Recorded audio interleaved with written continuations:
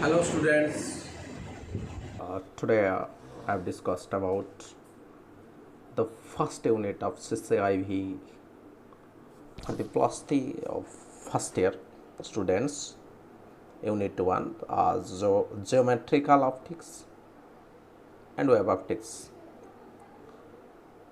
So first is Fermat's principle. It is derived by Fermat, so it is known as Fermat principle. First today we discussed about the statements of Fermat principle. First read then explain. It states that when a ray of light goes from one point to another point through a set of media, it always follows that path along which the time taken is least. First, we set up the medium, then a ray of light passing through this medium from one point to another point, then the ray of light considering that path which the time taken is very minimum or least. So first case is the system is homogeneous and isotropic.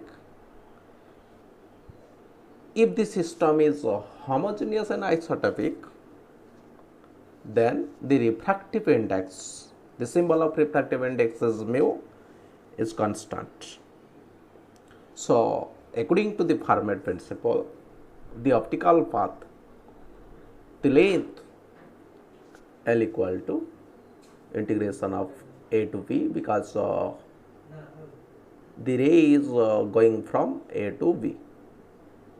So L equal to integration of A to B, dl equal to minimum. Minimum, that means it is fixed.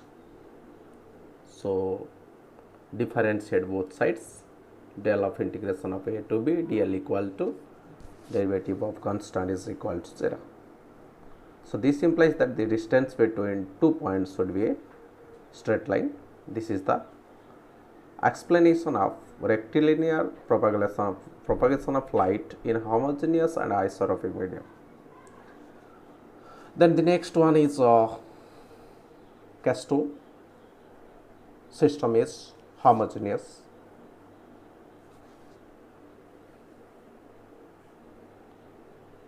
Non-homogeneous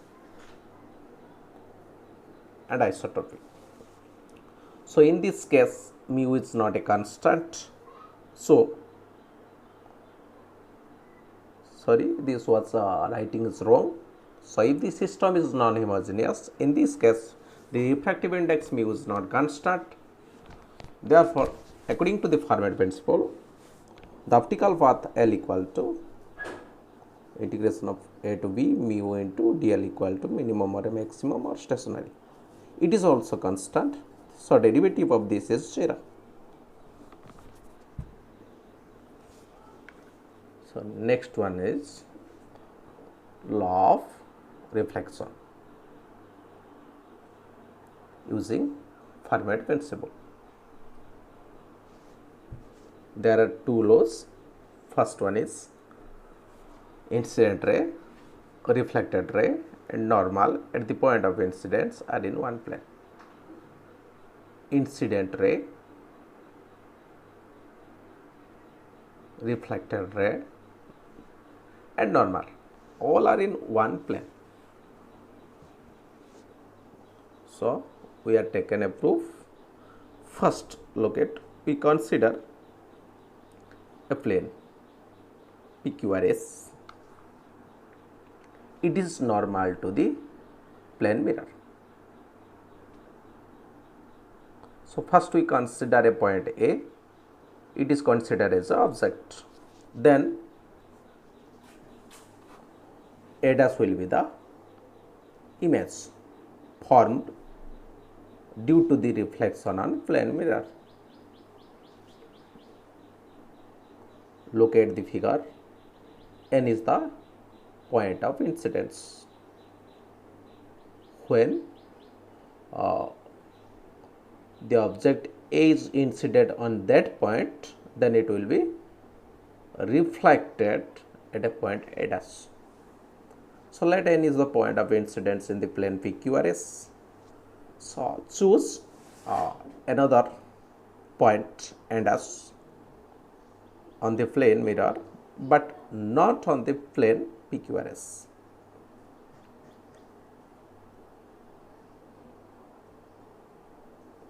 Then A n dash is the incident ray, n dash A dash is the reflected ray. Then draw a perpendicular from n dash to n, that is n dash n on a plane PQRS.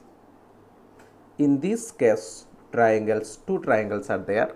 One is AN n dash and another is n dash A dash. So both are right angle to each other. So from the triangle AN n dash, AN dash is also greater than the n. Similar case in triangle n dash A dash, n dash A dash is also greater than n A dash. So therefore the incident ray AN dash is reflected along n dash A dash. Therefore the path AN dash plus n dash A dash is greater than the path n plus n A dash, which is the against the principle of Fermat. So n dash must coincide with n for the path to be minimum. If we consider the path to be minimum, then n dash is coincide with n. So hence n A dash and normal point n all are lie in same plane. This is the proof of first law of reflection. Then another one is second law of reflection, applying Fermat principle. Look at the figure. N is the incident ray, n A dash is the reflected ray, Ln is the normal. Let M n dash is a reflected plane. Let A is a point of object, A dash be its image formed after reflection from the reflecting plane mirror M dash. We already discussed n is the incident ray, n A dash is the reflected ray, NL is the normal. So look at the figure. The angle between AN and LN is I. This is the angle of incidence. So PAN angle is also I.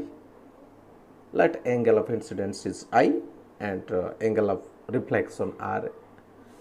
Reflection is R. It is also shown in the figure. So let the normal from point of incident A to the mirror, that is FE, FE equal to A. Then similar case of for image point A dash, draw from a normal to the A dash to the mirror M dash, that is P dash. So A dash P dash is also normal to the M dash. It is let it is A dash P dash is C. Then Pn equal to X, PP dash. So the ray of light travel from air from A to A dash, A and A dash. Hence path length is A and A dash. So the optical length, optical path is equal to first incident ray N plus reflected ray N A dash. So this is the equation number 1. Consider. Then first look at the triangle APN.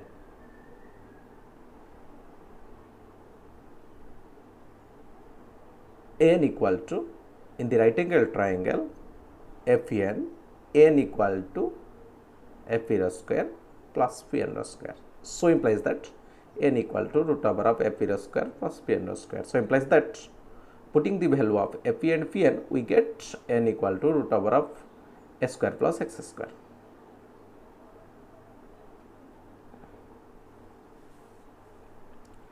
Then the second one is, look at the right angle triangle a dash p dash n. N a dash equal to, similar case, root over of a dash p dash rho square plus n p dash rho square. So n a dash equal to root over of c square plus b minus x whole square. Putting this value in equation 1, we get s equal to root over of s square plus x square plus root over of c square plus b minus x whole square. According to the Fermat principle, the path must be minimum or maximum. So we know that in mathematics, if the path is minimum or maximum, the first derivative is 0. So ds by dx equal to 0. So implies that d by dx of putting the value of s, root over of s square plus x square plus root over of c square plus b minus x whole square equal to 0. So implies that first separate these derivatives. So d by dx of root over of s square minus x square root over plus d by dx of root over of c square plus b minus x square equal to 0.